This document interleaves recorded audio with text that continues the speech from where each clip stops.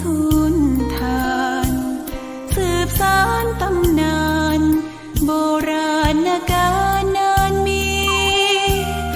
วัดวังสิงห์คำอำเภอเมืองเชียงใหม่แห่งนี้และนาญาติโยมน้องพี่สามัคคีรวมทานร่วมทุนวัดวังสิงห์คำรู้กันทั่วคอนพระครูวิสิตศรีลาภรณ์เทศสอนให้พรเกื้อกู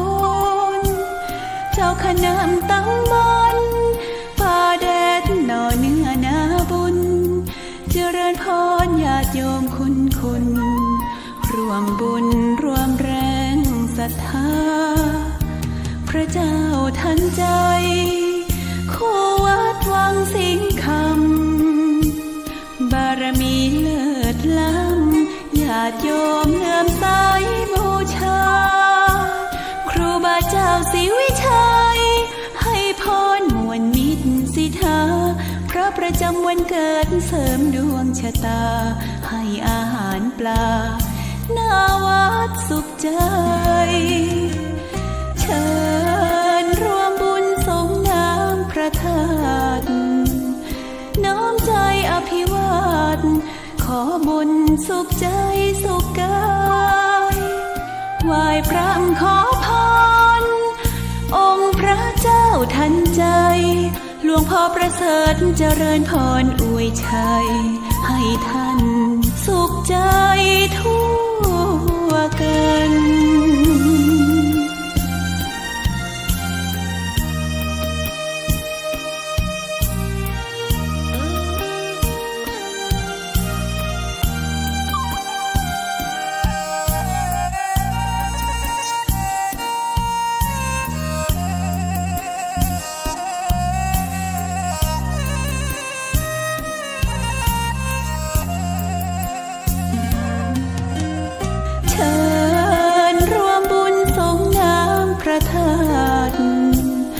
น้อมใจอภิวาท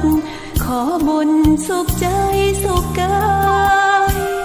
ไหว้พระขอพรองค์พระเจ้าทันใจหลวงพ่อประเสริฐเจริญพรอวยชัยให้ท่านสุขใจทั่วกัน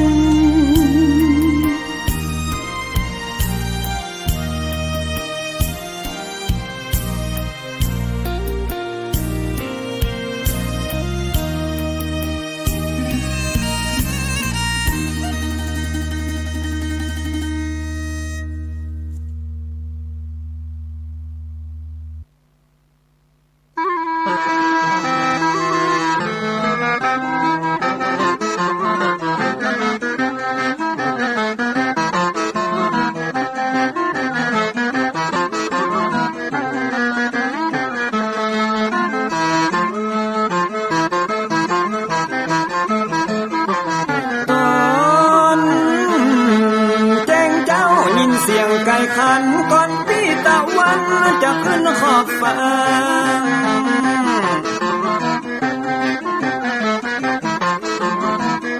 จะหันแสงทองทอแสงเจิดจ้าจัดการล้างหน้าอาบน้ำแต่งตัววันเริ่มต้นใหม่อย่าได้วันกลัวอย่าได้ขุ่นมัวกังบนโศกอ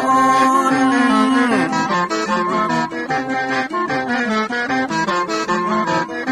อย่าเอาน้ำขุ่นมาขังคอนอย่าเอาน้ำฮ้อนมาลวงหัวใจฮ้อนอ้วมอารมณ์ขุ่นคองตอนฮับวันใหม่นี้น้องของได้น้อมเอานำทำคำสอนของพระชินวรประเสริฐเลิศล้ำ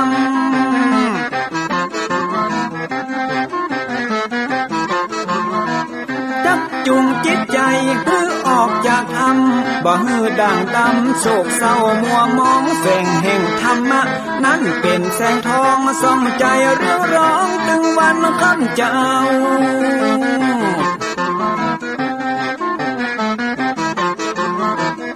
เอาศีลมานำเอาธรรมมา เฝ้าคือจิตใจเฮา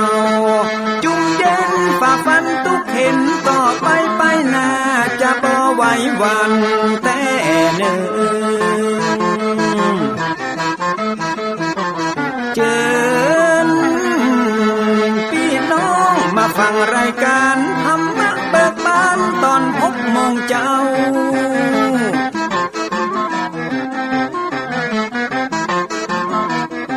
ฟังธรรมปื้นเมืองอันเป็นแบบเบาท่านพระครูวิสิทธิ์ศิลาภรณ์ตั้งใจเจ้าคณะตำบลป่าแดดนอนในเจ้าอาวาสวัดวังสิ่งคำตนนี้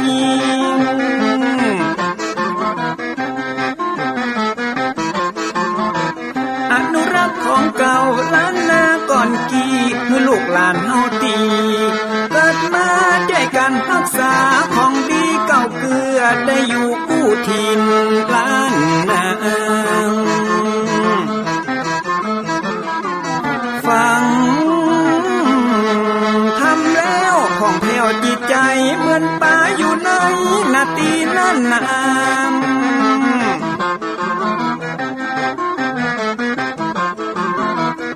เหมือนไม้สลีอันมีไม้กำเหมือนเสืออยู่ธรรมดงดอยคุณเขาสุขของมนุษย์ยิ่งใจหมู่เฮาสุขที่ได้เอาธรรมะห่มตุ้ม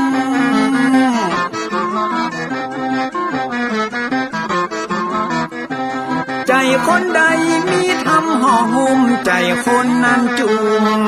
ใจบ้านมันอยู่วิมานเวียงวังจันแก้วบ่มีในเต้าแล้วน้อง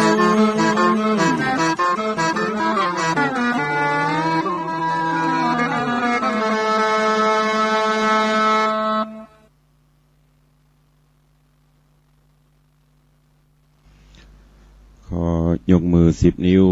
กราบนบนอบน้อมยังพระติรัตนเกี้ยวเจ้าตั้ง3 ประการอันมีพระพุทธพระธรรมพระสงฆ์อันเป็นสรณะที่เปิ่งตีเคารพนับถืออันสูงสุดในชีวิตกราบคารวะแตบไต้ไหว้สาปารมีธรรมพระมหาเถรานุเถระภิกขุสังฆสามเณรเจ้าจุตนจุองค์อันหมายมีพระเดชพระคุณหลวงปู่ที่ปรึกษาเจ้าคณะภาค7เจ้าอาวาสวัดศรีโสดาพระอารามหลวงอำเภอเมืองเชียงใหม่พระเดชพระคุณหลวงป่อท่านเจ้าคุณเจ้าคณะจังหวัดเชียงใหม่พระเดชพระคุณหลวงป่อท่านเจ้าคุณเจ้าคณะภาค6ตลอดจนพระเถรานุเถระพระภิกขุสงฆ์สามเณรจุตนจุองค์เจริญสุขเจริญปอนญาติโยมสันนิบาตตันเข้าจุหนุ่มเท่าใจยิงขอน้อมต้อนรับทุกท่านเข้าสู่รายการมรดกธรรมกับเมืองต่างสถานีวิทยุกระจายเสียงพระพุทธศาสนาแห่งชาติและสังคมคลื่นพระพุทธศาสนาวัดฝ่ายหินตำบลสุเทพอำเภอเมืองจังหวัดเชียงใหม่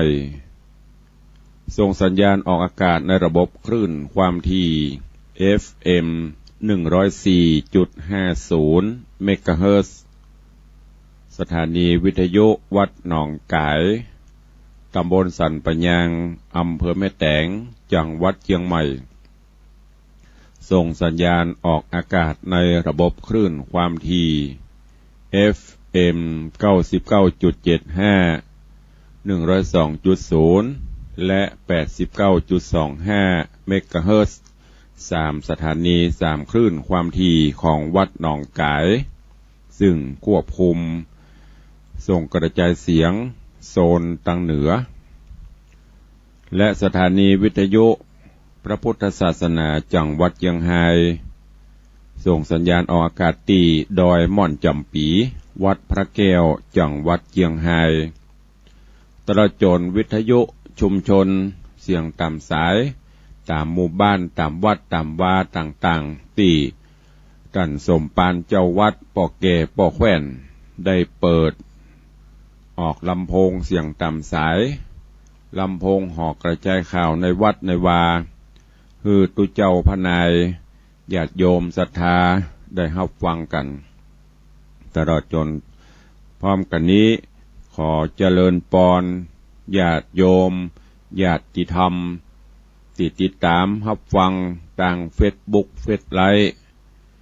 ตามเว็บไซต์ต่างๆที่ทางสถานีเฟซบุ๊กของ104หรือว่าของวัดไฟหินได้ลิงก์ออกไปทางเฟซบุ๊กโดยเพื่อญาติโยมทั้งหลายได้รับฟังกันขอบคุณครูบาอาจารย์ทุกเจ้าพระนายที่ฟังแล้วได้กดแชร์กดไลค์ส่งทอดต่อไปให้เพื่อนให้ญาติธรรมในกลุ่มเฟซบุ๊กในกลุ่มไลน์ได้รับฟังกันอย่างทั่วถึงขออนุโมทนาขอบพระคุณกับทุกท่านมาณโอกาสนี้ตัวรายการนี้ดำเนินโดยอาตมาภาพพระครูวิสิทธิ์ศรีลาภรณ์เจ้าคณะตำบลป่าแดดเจ้าอาวาสวัดวังสิงห์คำตำบลป่าแดดอำเภอเมืองจังหวัดเชียงใหม่เป็นผู้ดำเนินรายการนำธรรมะสารธรรมมาพบมาปะกับญาติโยมทั้งหลายในรายการมรดกธรรมกับเมืองเตดฮือตันได้รับฟังกันเป็นประจำกูเจ้าตั้งแต่เวลา6 โมงป่ายถึง7 โมงเจ้าโดยประมาณยกเว้น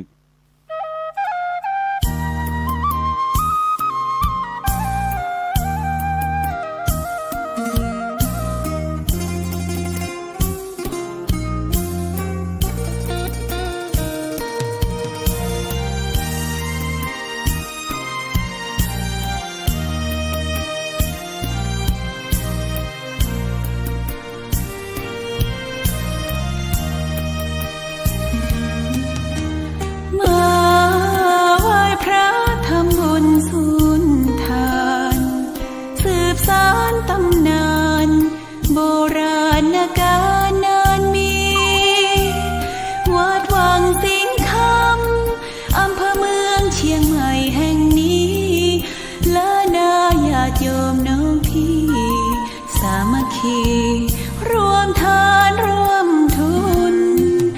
วัดวังสิงห์คำรู้กันทั่วคอนพระครูวิสิทธิ์ศรีลาภรณ์เทศสอนให้พรเกื้อกูลเจ้าคณะตำบลป่าแดดหน่อเนื้อนาบุญเจริญพรญาติโยมคุณรวมบุญรวมแรงศรัทธาพระเจ้าทันใจคู่วัดวังสิงห์คำบารมีเลิศล้ำญาติโยมเลื่อมใสบูชาครูบาเจ้าศรีวิชัยให้พรมวลมิตรสิทธาพระประจำวันเกิดเสริมดวงชะตาให้อาหารปลาหน้าวัดสุขใจเชิญรวมบุญส่งน้ำพระธาตุน้อมใจอภิวาทขอบุญสุขใจสุขกายไหว้พระขอพรองค์พระเจ้าทันใจหลวงพ่อประเสริฐเจริญพรอวยชัยให้ท่านสุขใจทั่วกัน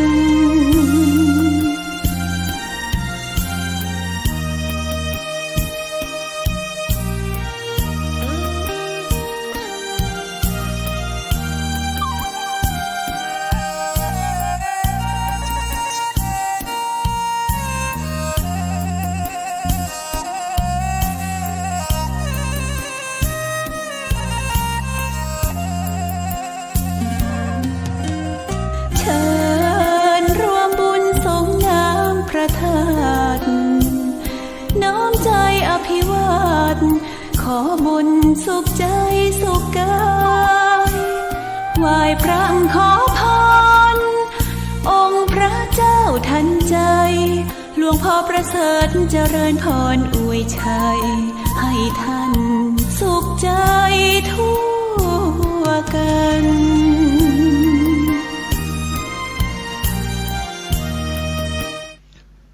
ขอยกมือ10 นิ้วกราบนบนอบน้อมยังพระติรัตนเกี้ยวเจ้าตั้ง3 ประการอันมีพระพุทธพระธรรมพระสงฆ์อันเป็นสรณะที่เปิ่งตีเคารพนับถืออันสูงสุดในชีวิตกราบคารวะแตบไตไหวสาปารมีธรรมพระมหาเถรานุเถระ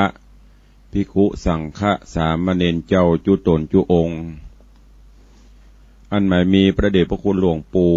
ที่ปรึกษาเจ้าคณะภาค7เจ้าอาวาสวัดศรีโสดาพระอารามหลวงอำเภอเมืองเชียงใหม่พระเดชพระคุณหลวงพ่อท่านเจ้าคุณเจ้าคณะจังหวัดเชียงใหม่พระเดชพระคุณหลวงพ่อท่านเจ้าคุณเจ้าคณะภาค6ตลอดจนพระเถรานุเถระพระภิกขุสงฆ์สามเณรจุตนจุองค์เจริญสุขเจริญปอนญาติโยมสันนิบาตตันเข้าจุหนุ่มเท่าใจยิงขอน้อมต้อนรับทุกท่านเข้าสู่รายการมรดกธรรมกับเมืองต่างสถานีวิทยุกระจายเสียงพระพุทธศาสนาแห่งชาติและสังคมคลื่นพระพุทธศาสนาวัดฝ่ายหินตำบลสุเทพอำเภอเมืองจังหวัดเชียงใหม่ส่งสัญญาณออกอากาศในระบบคลื่นความถี่ FM 104.50 เมกะเฮิรตซ์สถานีวิทยุวัดหนองกายตำบลสันปะยางอำเภอแม่แตงจังหวัดเชียงใหม่ส่งสัญญาณออกอากาศในระบบคลื่นความถี่ FM 99.75 102.0 และ 89.25 เมกะเฮิรตซ์3 สถานี3 คลื่นความถี่ของวัดหนองกายซึ่งควบคุมส่งกระจายเสียงโซนทางเหนือและสถานีวิทยุพระพุทธศาสนาจังหวัดเชียงรายส่งสัญญาณออกอากาศที่ดอยม่อนจำปีวัดพระแก้วจังหวัดเชียงรายตลอดจนวิทยุชุมชนเสียงตามสายตามหมู่บ้านตามวัดตามวาต่างๆที่ท่านสมปานเจ้าวัดป่อแก่ป่อแขวนได้เปิดออกลำโพงเสียงตามสายลำโพงหอกกระจายข่าวในวัดในวาคือตุเจ้าพนายญาติโยมศรัทธาได้รับฟังกันตลอดจนพร้อมกันนี้ขอเจริญปอนญาติโยมญาติธรรมติดตามรับฟังทางเฟซบุ๊กเฟซไลฟ์ตามเว็บไซต์ต่างๆที่ต่างสถานีเฟซบุ๊กของ104หรือว่าของวัดฝ่ายหินได้ลิงก์ออกไปทางเฟซบุ๊กโดยเพื่อญาติโยมทั้งหลายได้รับฟังกันขอบคุณครูบาอาจารย์ทุกเจ้าพนายที่ฟังแล้วได้กดแชร์กดไลค์ส่งทอดต่อไปให้เพื่อนให้ญาติธรรม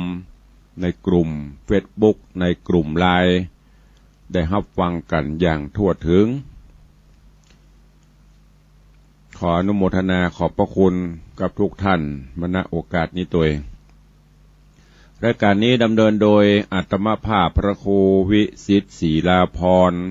เจ้าคณะตำบลป่าแดดเจ้าอาวาสวัดวังสิงห์คำตำบลป่าแดดอำเภอเมืองจังหวัดเชียงใหม่เป็นผู้ดำเนินรายการนำธรรมะสารธรรม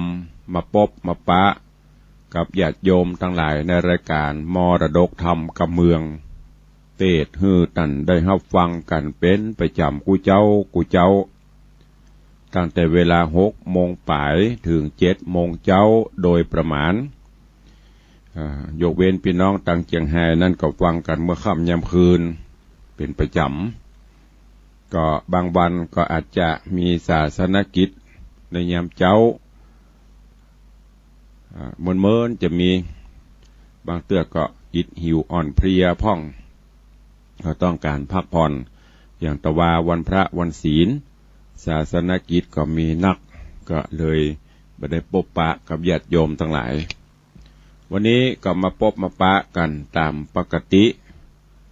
ตื่นเช้าอากาศสดชื่นแจ่มใสเย็นสบายก็ขอให้ได้เย็นกายเย็นใจเนอะเตรียมตัวเตรียมกายเตรียมใจเวลาขณะนี้ก็6 โมงป่ายบางท่านก็อาจจะอยู่ในรถในรางละบรรยากาศงานบางท่านก็กำลังบางท่านก็กำลังจะลุกจะตื่นก็ขอให้วันนี้เป็นวันแห่งความสุขของทุกท่านเนอะแล้ววันนี้เป็นวันแฮปปี้เบิร์ธเดย์หรือว่าวันเกิดของท่านผู้ใดตรงกับวันนี้ขอให้มีความสุขกายสุขใจสุขภาพพรรณนามัยสมบูรณ์แข็งแรงเจริญไปด้วยอายุวรรณะสุขภละเหมือนกันเนอะตลอดจนญาติโยมที่ติดตามรับฟังอยู่ก็เช่นเดียวกันวันนี้ก็มาฟังกันต่อในเรื่องของพระธรรมเทศนาปืนเมืองเหนือเรื่องจำปา4 ต้นได้นำมาเทศน์ให้ญาติโยมทั้งหลายกำลังมาถึงผูกที่ซาวถ้าเป็นตอนก็ตอนนี้30 34 35 ตอนละเพราะว่าทำเรื่องนี้ยาวพอควร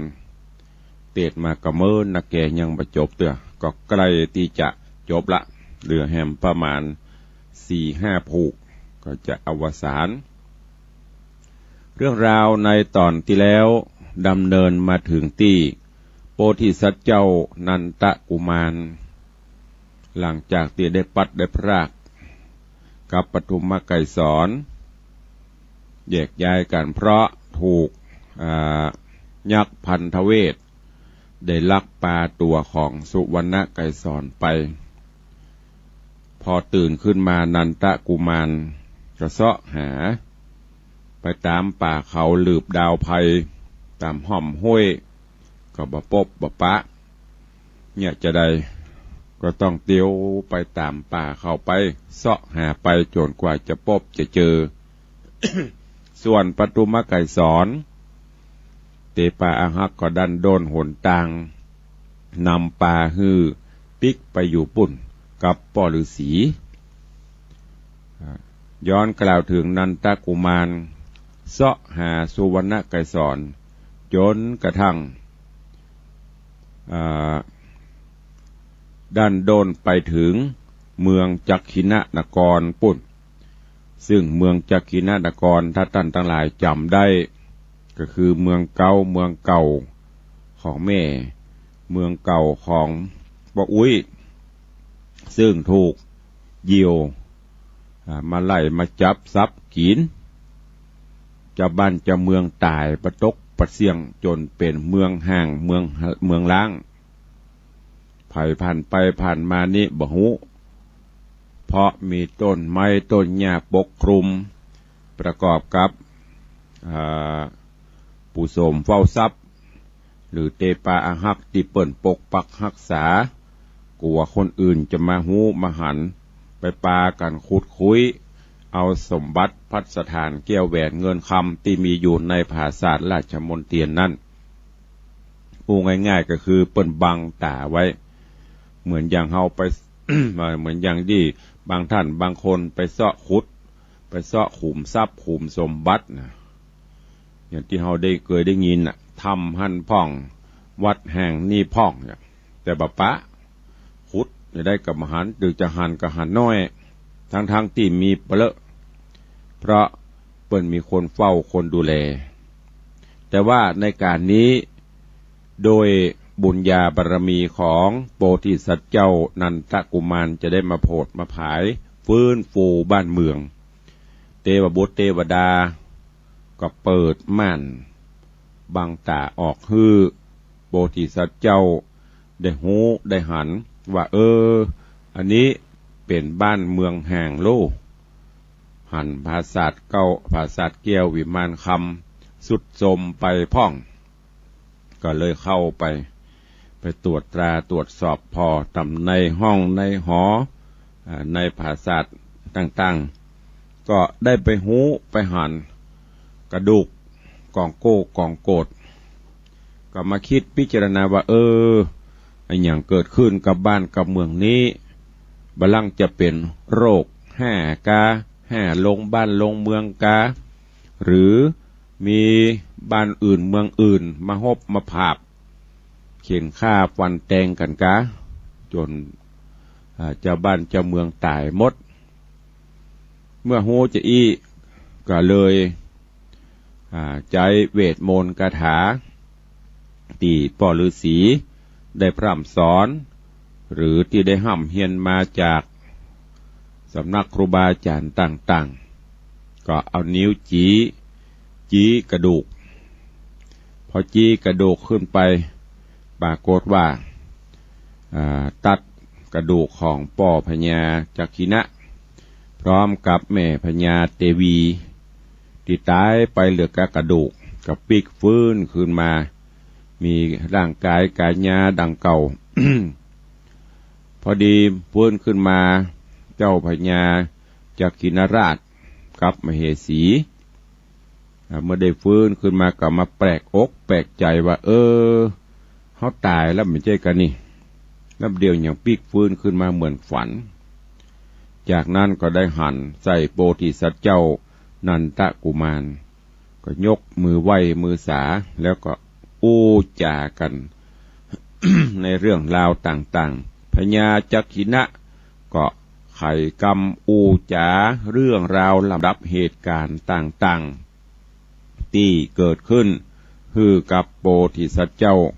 ได้ยินได้หูได้ทราบอันนี้เป็นเรื่องราวจำปาสีต้นในตอนก่อนที่อาตมภาพได้เทศนาจบไปวันนี้ก็มาฟังกันต่อว่า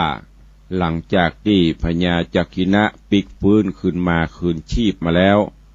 และได้มาพบมาปะกับโพธิสัตว์เจ้านันทกุมารเรื่องราวจักเป็นจะใดขอเจริญปอนญาติโยมสาธุชนทุกท่านติดตามรับฟังพระธรรมเทศนาปืนเมืองเหนือเรื่องจำปาสีต้นในตอนต่อไปณโอกาสบัดนี้นะโมตัสสะภะคะวะโตอะระหะโตสัมมาสัมพุทธัสสะสาธุโบฟังลาโสตุจันนาสัพปุริสะตังลายตั้งยิ่งใจหนุ่มเท่าตีได้ปากันเล่าทาดาฟังยังรัสธรรมเทศนาจำปาสีตนลำดับโลนมาแถมแล้วเล่าขอเจิญศรัทธาหนุ่มเท่ายิ่งใจตั้งหลายจงตั้งใจหมายทอมทาดาฟังต่อไปนานี้แลนะตังสุตวาลาจาส่วนพญาจักขินาราชฟังเจ้าหน่อยนาดบุญนาได้ไข่จากล่าวอูก็ขวาดหูสับปันว่าบ่ใจไผ่เต้ใส่เจ้าหนอดไทยกุมารแม่นเป็นหลานโคตรเงาลูกนางนอดเดาปทุมมาเจ้าปาลาหูแล้วใจป่องแผ่วยินดีตังนางเตวีหน่อยหน้าตังอำมาตเสนานางกัญญาหนุ่มเท่าต่างเวทเฝ้าองค์คำไข่ยังกำอ่อนอ้อยมีบอดน้อยหลายประการตั้งเจยบานโจมจืนปีติตื่นยินดีเต้าผู้มีจักขินราชเจ้าภาศาสตร์ผังกาก่อขอดหน่อพุทธาบุญใหญ่ได้ไปจี้ใส่หญิงใจอารมณ์ตาหายลายแหล่ดูกองแพทย์ห่มนา ตังสัตว์นานาทวนนาคือจ้างม้างัวควายหมูมาลายเป็ดไก่เฮอได้ฟื้นขึ้นมาหน่อพุทธาบุญกราบ่ได้จ้าเรียวปา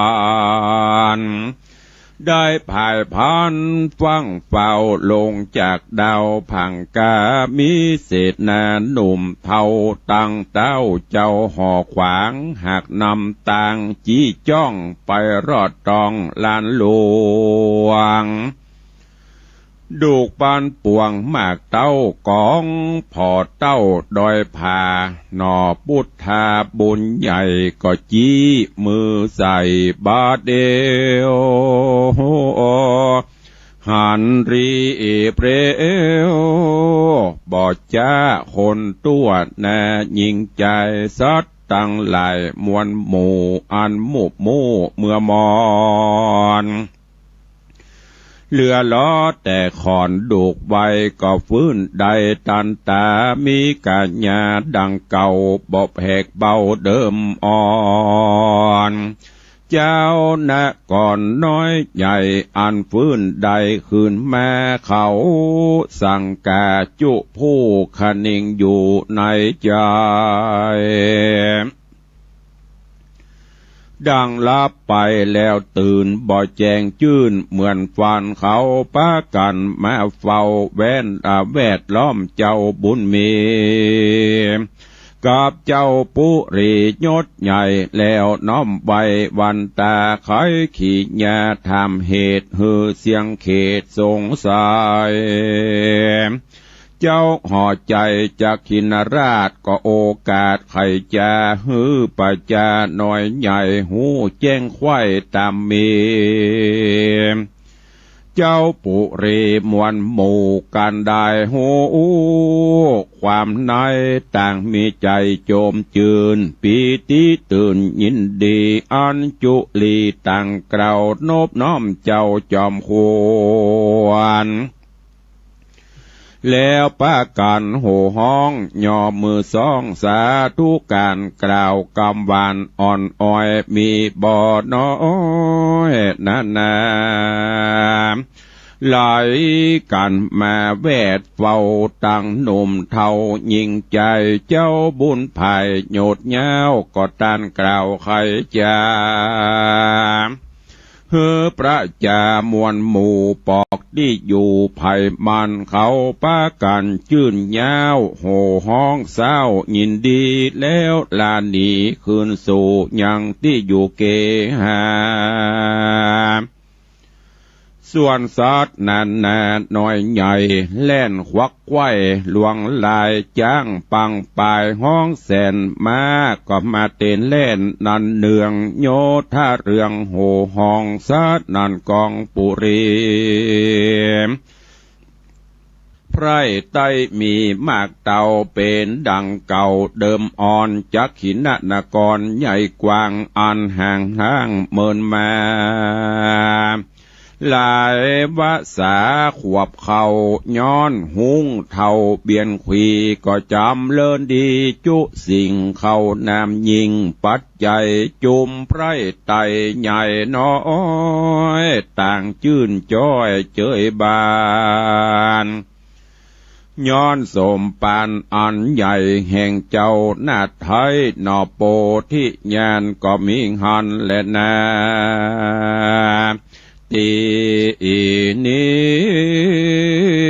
จากวานนาจะเล่าถึงหุงเท่าสองตัวเป็นเมียผู้กู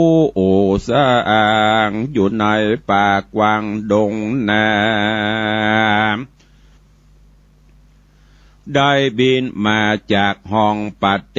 ต้องดงดานรอดจากขินนกรใหญ่กว้างซับกินจ้างปังไปตั้งคนยิ่งใจน้อยใหญ่ดังกล่าวไว้แต่ไปลางอัฏฐยังไปแจงพระจิงแสงเตสนาวาเตอุโพเสนาจิรังวเนวสิตวา ดังนี้เป็นตนภิกขเวทดูราภิกขุทรงตนทะรงศีลใสบ่เศร้าส่วนหุ้งเท่าสองขาก้อนนีลาคืนสู่ยังติดอยู่แดนมันกลางดงตันป่าเศร้าหลายขวบเขาวาสาซัดดงหนาน้อยใหญ่ชิบหายไข้ดงดานคือกวางฟ้านแรดจ้างบ่หลอข้างแดนใดหุ้งจังไรตัวใหญ่ฮ้อนแสบใสเหลือลายมาใครตายกลาบรากหือโป้นจากเครื่องกากอบมอระนาบอดใดเหตุว่าเกี้ยวกุญใหญ่ใสสีมีราชมีว่าวูยังตั้งอยู่บนหัวหากเขตตัวหุ้งเท่าบ่ฮื้อเข้ามรณาหุงปาลาตังกูจริงกล่าวอูจากกันว่ากวนเฮาพันอยากจะออกจากป่าไพรโซนไปเมืองโคนเตต้องแดนเขตห้องไกลตากินหมูหมาเป็ดไก่คนน้อยใหญ่ยิงใจบ่ฮื้อหาปอฮื้อหายฮ้อนต้องแล้วจริงลูเลียแล้วรีบบอกห้องเราราก้อนเจียนจ่าเมียนแล้วก็กลาดเกลี้ยวพายผ่านรีบเร็วปานบ่อจ้าบินคืนฟ้าเวหาวิบากมาจองกองก็มารอดห้องเมืองจักขินปุรีหันคนมีมากดาวเป็นดังเก่าเดิมแม่มันโศมนัสสาหลายแหล่บินพัดแผ่เวโวนเพื่อลงจินคนน้อยใหญ่ตามกึดไฟใจหมายก็มิหันและนาสัพเพนักระวาสิโนอันว่าเจ้าเมืองหนุ่มเท่าหันหุงบาปเศร้าปันลาบินไปมาวาดว่าอยู่บนฟ้าเหนือหัวเขายินกลัวตัวดาวโหให้ร้องให้เศร้าเนืองนานต่างภายพานเล่นกว่าใจปั่นบาเววนแล่นสะสนสะสู่พอเป็นหมู่เป็นสายตั้งหัวควายจ้างมาเต้นเล่นกว่าสะโซนโกละหนอันใหญ่เกิดขึ้นควายปลาโยมเสนาหนุ่มเท่าโหเงื่อนเก้าความในก็เร็วไวพร้อมหมู่ขึ้นไปสู่หอคำย่อมือตำวังกล้าวไหวเต้าเจ้าปัลลาตั้งหน่อพุทธายศใหญ่หือหูควายตามมีหน่อมุนียอดซอยก็ตอบถอยกำไปว่าดูราเสนาในหน่อยใหญ่สู่ญาติใดเครื่องใจเฮาจักไปรบภาพกับหุ้งหยาบกาลีอันเบียนขีไพราชหือกร้อยกราดหนีไปนาก็ไกลกลาโพดออกไปอยู่นอกสถานที่กลางจานผาศาสตร์พออากาศไปโบนห่านหุงทาโลนตังกู้บินเวียนอยู่พัดผ่านนอจอมท่านบุญใหญ่ก็น้อมไว้อธิษฐานว่าขอหุงสามานหยาบจะตกสู่นาปัทภีอย่าดับอินทรีย์มวยมั่งหือกระดังต่างตัวเหลือแต่หัวค้างไว้ขออย่าได้หมดละนา นอพุทธาอธิษฐานแล้วก็สวดมนต์แก้วเตรียมใจจี้มือไปบอดจาตี้หุงหยาบกลาปาลาหันตันตาเตโสดหุงให้โหดภายพงก็ตกลงไว้วองที่นอกห้องปาลาโคนนำแน่หน่อยใหญ่ไปหูควายความนายยินตกใจหลายแหล่บ่เว้นแว่ยิงใจเหตุกวดตายความนาย้อนหันหุ้งกลาลงมาหุ้งปาลาตังกูก็ตกสู่ปัทภีกาญาอินสีกระดังบ่มวยมั่งเมื่อมอนมันสั่งหอนหลายหลากต่างออกปากจากรว่าอาจจะจันแต่เล่าเฮาอยู่ป่าเศร้าดงนาทุกเครื่องกาหลายหลากย้อนกันอยากอาหารจริงจากโด่งดันสถานเถื่อนทองมาสู่ห้องเวียงใจย้อนหมายใจไฟอ่างจักกินจ้างปังไปตังยิงใจน้อยใหญ่ตังเป็ดไก่หมูมาบัดนี้นามาลอดถึงที่จอดเมืองบนปอยมาโดนอาเปตตกจากเขตเวหามีแข้งขากระดังไปสมไฟอังคณิงมารอยเจ้าบุญภายยศใหญ่ฤทธิ์ใจสามานมีสมปานหลายแหล่อาจพาเป้เล่าราเฮาจิ่งกลากรอยกลาดดังปีกหักขาดเสียตนตกมาโดนต่ำไตเจ็บปวดไข้กะญา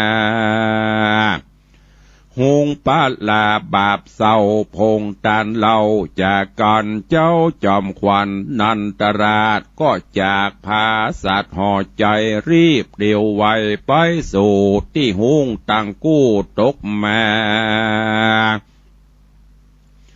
แล้วเจียนจ้ากล่าวถอยว่าดูราหุงถอยดงไพรเป็นสันใดสู่เจ้าใจบาปเศร้าอาธรรมมากระตำหยาบจ้าไล่กาบกว่ากินคนสัตว์ไพรสนหลายแหล่มีจุกแง่ดงไพรเป็นสันได้ละไว้บ่อเสาะไส้เอากินสันได้บินมาสู่ยังติอยู่เมืองเฮาหรือกวางเมาปั่นบาจริงไว้หน้าบินมาจุงใครจ้าบอกเราฮือหูเก้าตามมี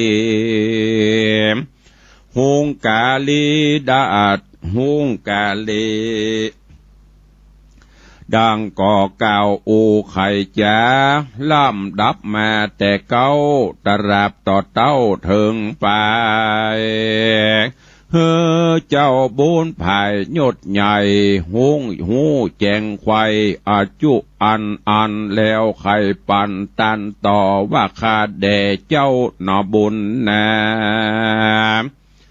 ข้าสองขานี้ใส่ห้อนเดือดไม่เหลือลายย้อ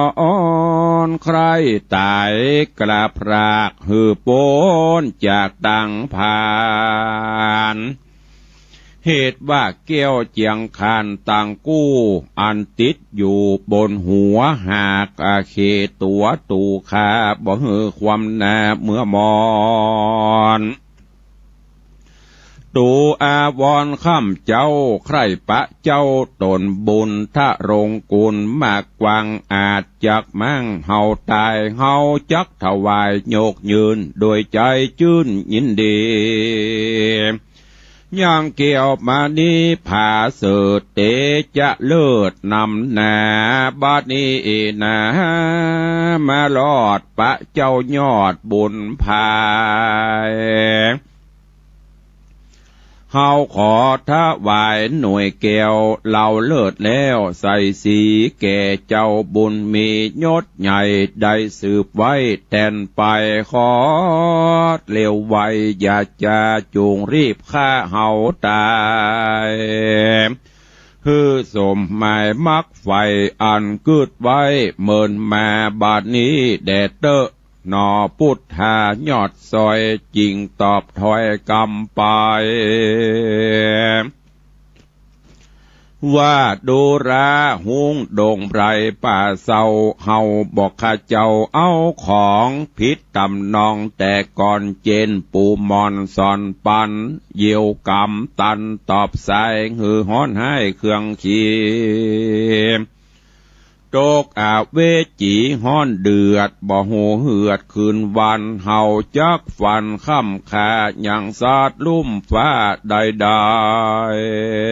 ๆหงดงไพรตัวเท่าฟังกำเจ้าไข่ปานจริงปากันตอบถอยว่าข้าแด่เจ้ายอดซอยบุญนา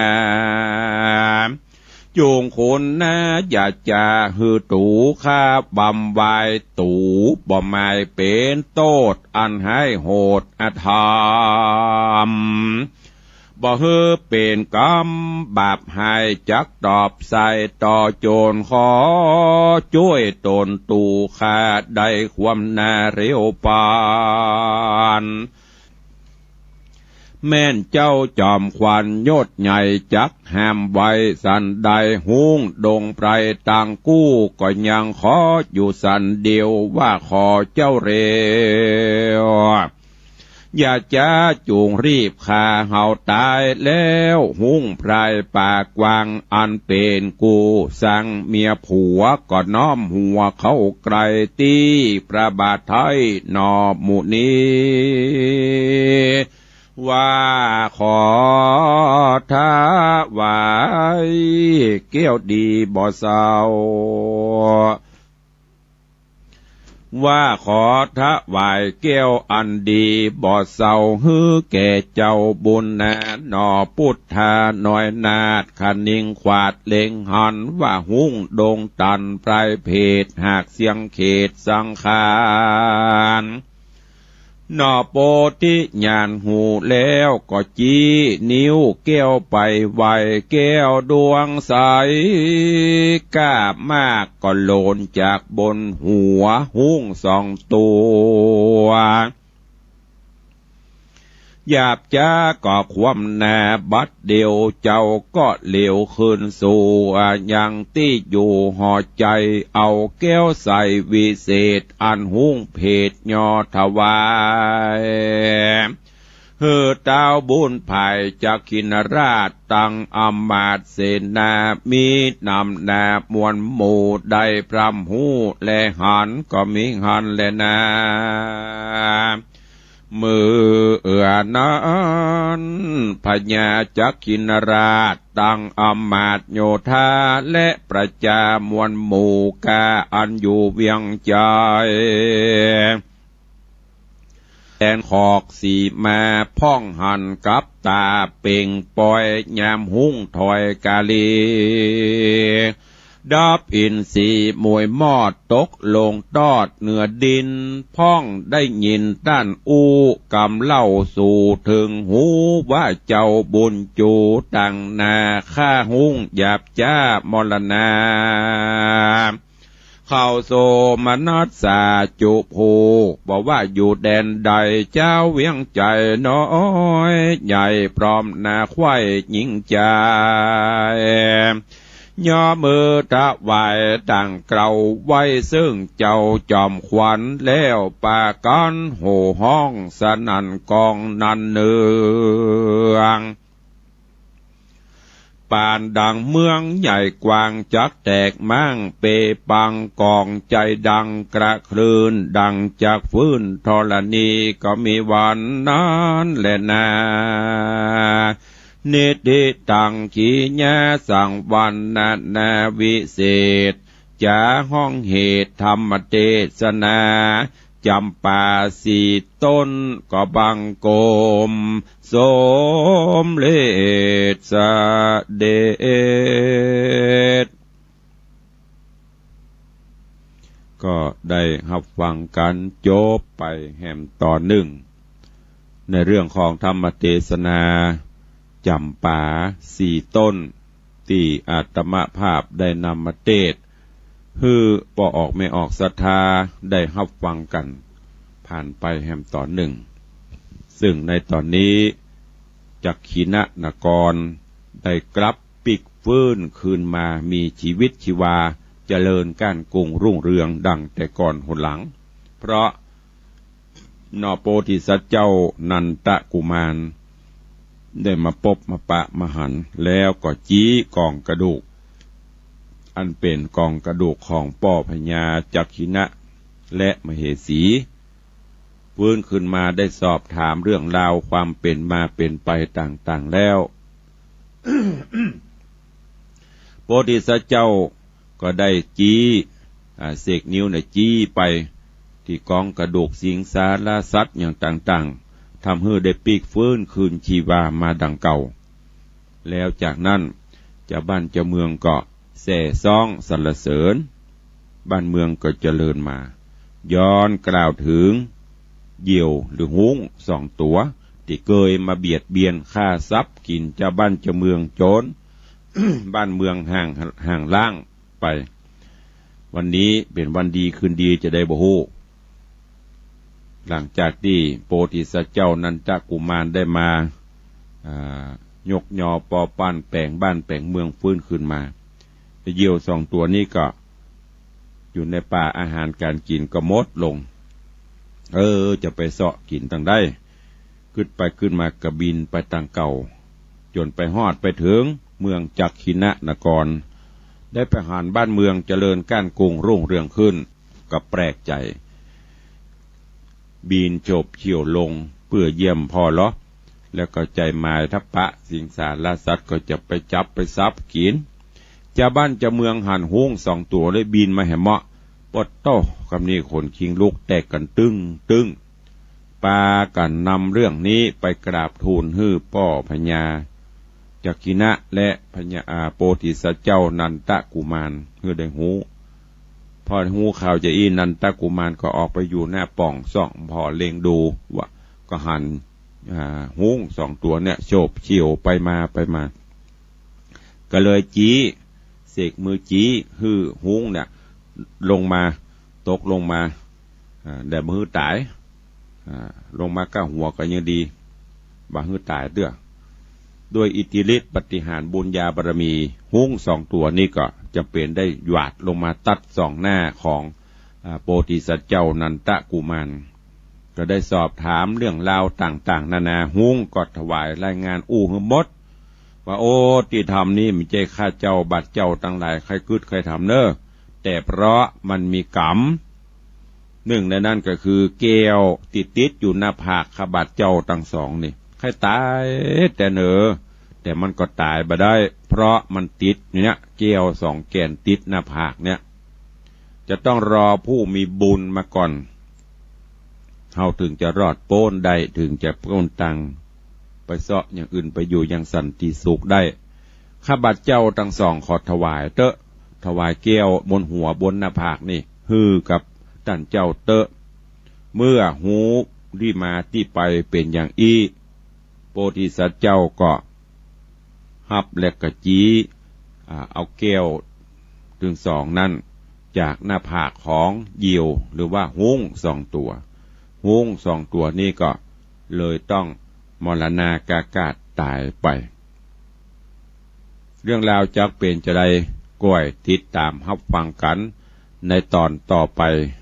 ทุกเจ้าจะได้นำมาเทศน์ให้ท่านทั้งหลายฟังจนจบปริปุณังไปเนอะวันนี้ก็ขออนุญาตโป่งวางไว้แต่เพียงเท่านี้วันนี้ขอความสุขสวัสดีจุงบังเกิดมีกับญาติโยมศรัทธานาบุญเจ้าข้าทั้งหลายเนอะอยู่เย็นเป็นสุขอายุมั่นขวัญยืนหิปันมาหาปันได้ขอให้ทุกท่านได้มีสุขภาพพรรณนามัยสมบูรณ์แข็งแรงข อกราบขอบพระคุณท่านผู้อำนวยการสถานีวิทยุบ่ว่าจะเป็นแม่ค่ายลักวัดฝ่ายหินตลอดจนสถานีวัดหนองกายสถานีวัดป่าแดงสถานีวัดพระแก้วจังหวัดเชียงรายเนอะตลอดจนขอบพระคุณครูบาอาจารย์ที่ได้ลิงก์สัญญาณผ่านมือถือทางเฟซบุ๊กเฟซไลฟ์สู่เพื่อนฝูงญาติธรรมได้ฟังได้ทั่วกันอยู่ดีมีสุขเหมือนกันจุตนจุองค์จุผู้จุโคนเนอร์จตารโรธรรมาวัตันติอายุวันโนสุขังภะลา